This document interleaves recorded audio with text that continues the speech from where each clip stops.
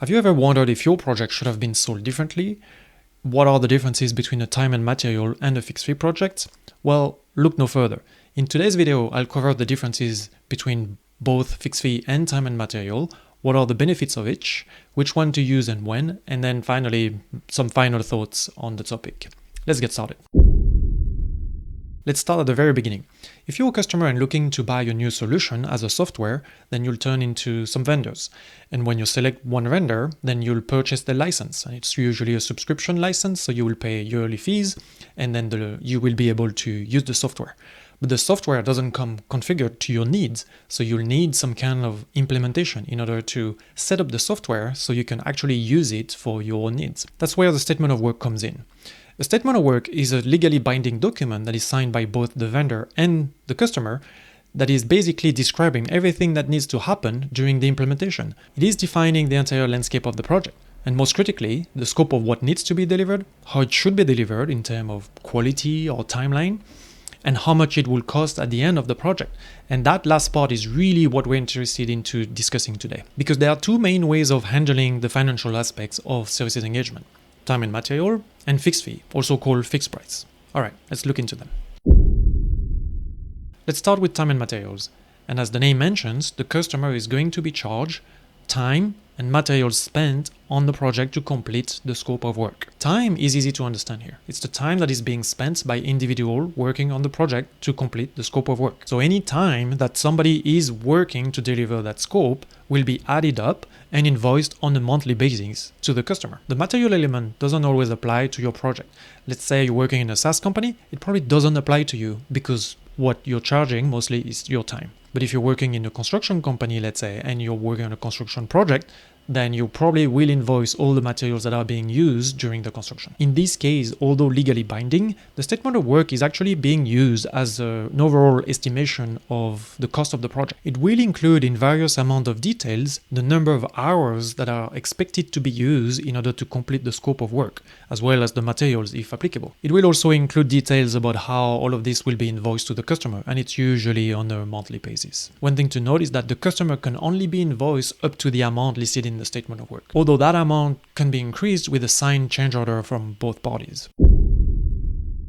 Now, in a fixed fee statement of work, you actually don't have any mention of any hours that are going to be spent on the project because the customer is going to be charged per milestone. So the statement of work document should include a list of different milestones that will be reached at different stages of the project. For instance, what could be the delivery of the software, one can be the completion of testing, what can be the go-live date. And upon completion of each different milestone, the document will describe what is the amount that will be invoiced to the customer. So the customer will only start receiving invoices upon completion of those different milestones that are listed in the statement of work. The first one is typically at the signature of the project, and the last one is at the full completion of the delivery of the project.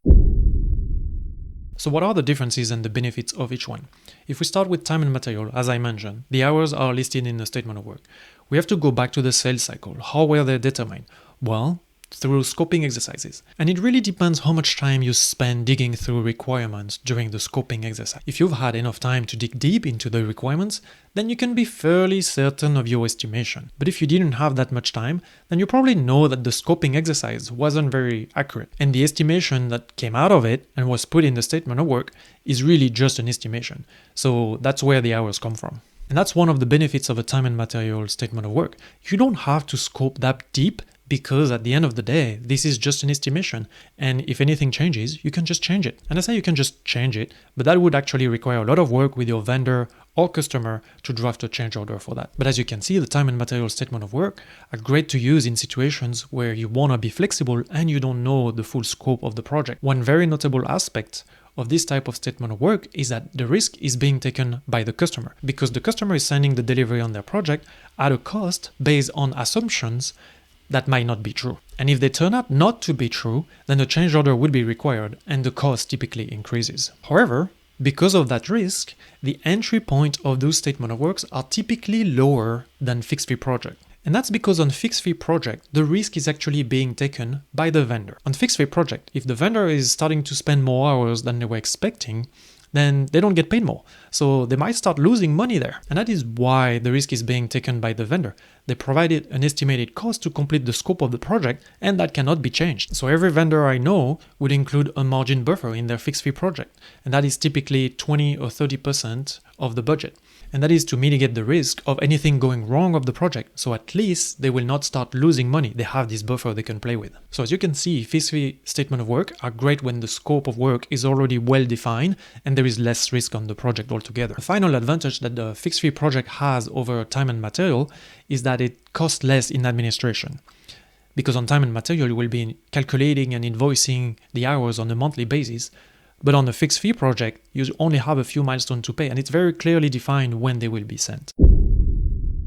So which one should we all be using? Is there one that is better than another?